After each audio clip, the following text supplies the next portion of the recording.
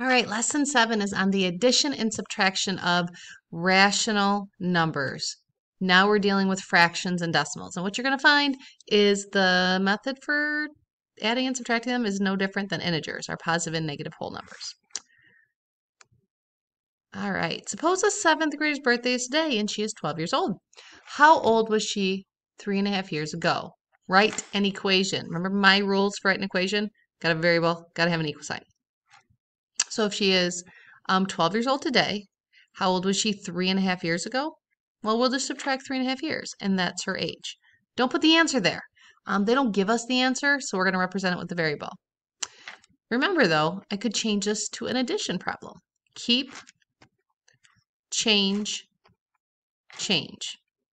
So this would also be an acceptable equation. Variable, equal sign.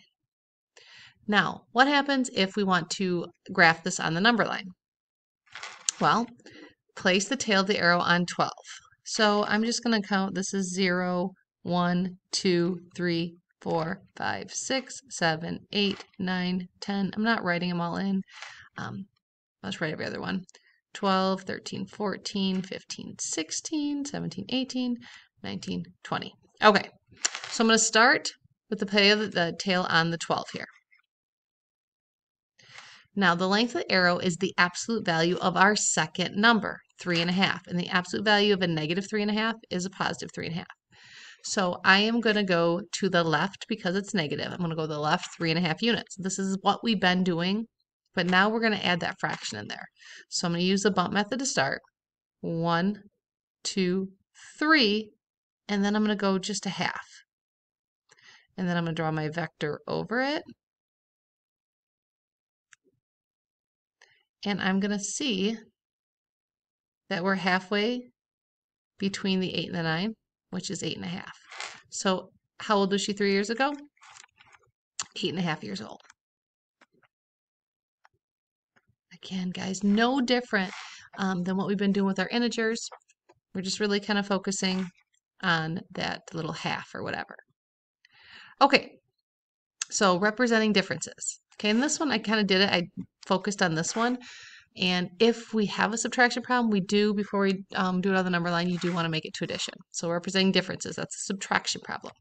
And we have 1 minus 2 and 1/4. So let's talk about a way we can deal with 1/4. The first thing we want to do, though, is we want to rewrite the difference,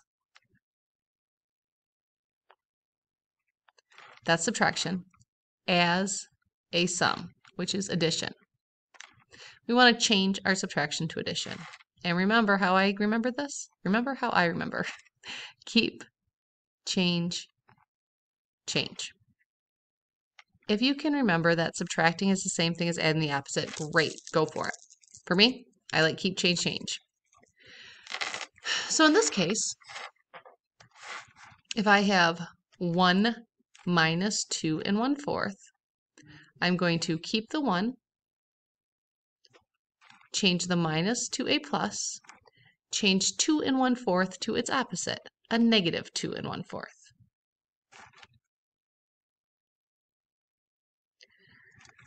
So now when we have that addition problem, now how we represent it on a number line. First thing you do is you, just like we did before, we're going to place the tail of the vector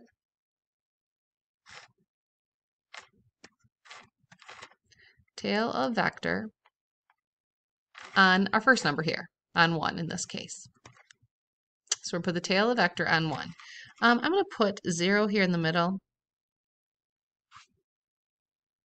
I'm going to wait. I'm going to wait to do this. I'm going to write this all out because I want to show you. I want to set up my scale a little differently. After we place the tail, we're going to then find the absolute value of the second number. Find absolute value of 2 and 1/4 in this case, negative 2 and 1/4. And the absolute value, that's what those lines mean, of negative 2 and 1/4 is just a positive 2 and 1/4. So we find the absolute value, and then we're going to draw our vector, which direction, 2 and 1/4 spots. And hopefully you're going to say to the left, because we're going to draw the vector to the left.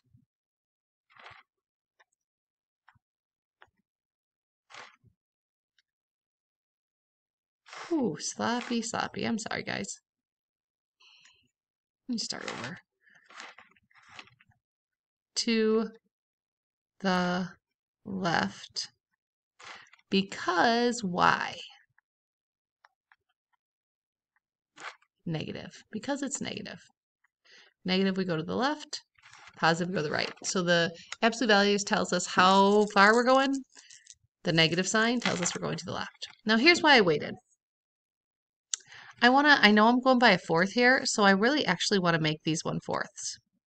1/4, 2/4, 3/4, 1. Now you don't have to do this. In some ways it makes it easier, in some ways it might make it a little more challenging. So I just want to introduce it to you and show it to you in case you're like, yep, I like this way. I'm just breaking each section up into fourths. Okay, so if I place the tail of the vector on the 1 here, here's where it can be a little tricky. I need to move it 2 1/4 left. I don't move it just 2 lines because that's only a half. I have to go from 1 to 0 and from 0 to -1, and then I've got to go another 1/4. Well, that's just right here. I guess we'll just do pink. That's a line and a half. Okay?